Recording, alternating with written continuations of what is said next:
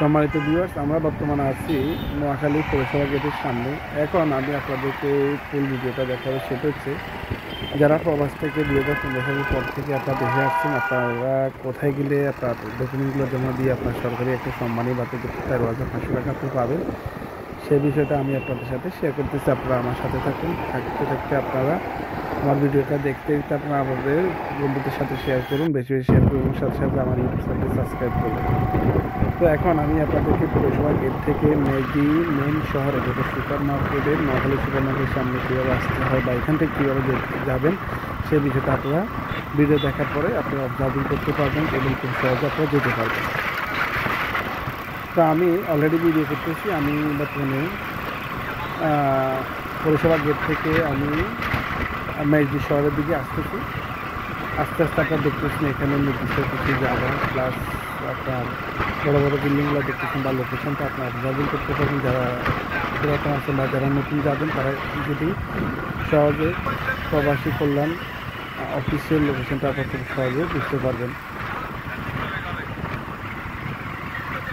তো সবাই আরেক দৃষ্টিতে আপনারা আমাদের নোয়াখালী শহরটা উপভোগ করুন এবং বন্ধুদের সাথে শেয়ার করুন। যারা বিদেশে আছেন তারা দীর্ঘদিন থেকে নোয়াখালীর মাটি ও মানুষের কথা মিস করতেছেন। তো সবাই ভিডিওটা দেখতে থাকুন। এটা হচ্ছে আপনার যেটা ওভারব্রিজের সামনে আসছে, এটা হলো ওভারব্রিজ, নোয়াখালী শহরের ভিতরে পৌরসভার ভিতরে একটা ওভারব্রিজ।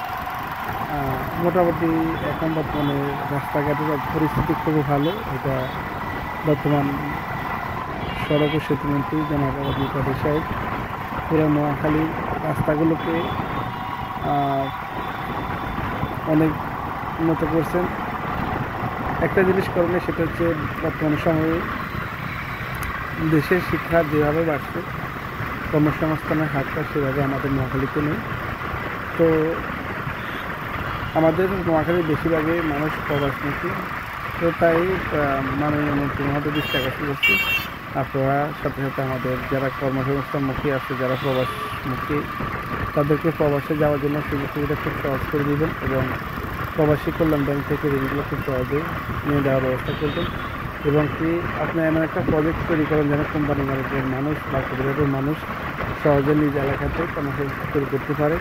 তো আপনার প্রতি দৃষ্টি আকর্ষণ হচ্ছে আপনি কোম্পানিগঞ্জের ভিতরে বা কোরিয়া বা কোম্পানিগঞ্জের ভিতরে আপনি যদি একটা বড় কারখানা তৈরি করেন, তাহলে দেখা যায় কোম্পানিগঞ্জের শিক্ষিত প্লাস অশিক্ষিত যুবকরাই কর্মসংস্থান পাবে এবং তার ফ্যামিলিরা খুব সহজে মেনটেন করতে পারবে।